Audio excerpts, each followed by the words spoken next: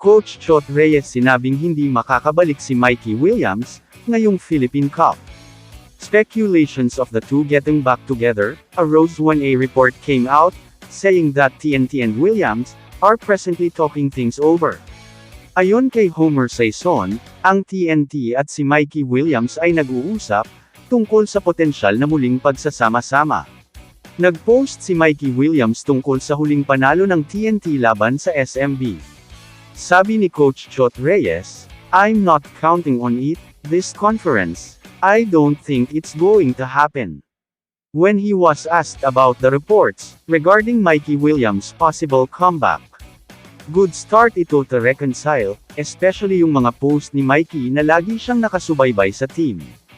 Hopefully in God's perfect time, makita ulit natin si Mikey wearing TNT jersey. Hindi pa rin masyadong umaasa si TNT tropang 5G head coach Chot Reyes, na babalik si Mikey Williams sa Philippine Cup kahit may mga usapan na ulit. Ayon sa mga sources, ongoing ang negotiations, pero hindi pa raw sigurado kung matutuloy ang comeback. Gaano kalaking bagay si Mikey ngayong All-Filipino Conference, kung saan hanggad ng tropa na makuha ang Grand Slam. Hindi alam ng TNT kung ano ang gagawin kay Mikey Williams. Gusto ng iba sa management na maglaro pa rin si Mikey sa TNT.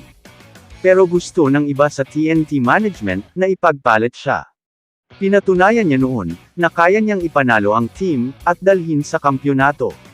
At base sa performances ng TNT sa All-Filipino Cup na ito, tiyak na kakailanganin nila ang tulong, at tiyak na magiging bahagi ng sagot si Mikey Williams. Ang tropang 5G ay hindi optimistiko na ang Star Guard ay darating para sa Philippine Cup, kahit na ang dalawang kampo ay muling nag-uusap. Kamusta mga idol? Sports Zone PH para sa sports news and update. Kung bago ka pa lamang dito sa channel ko, pindutin mo na ang subscribe button at notification bell para lagi kang update sa mga sports news.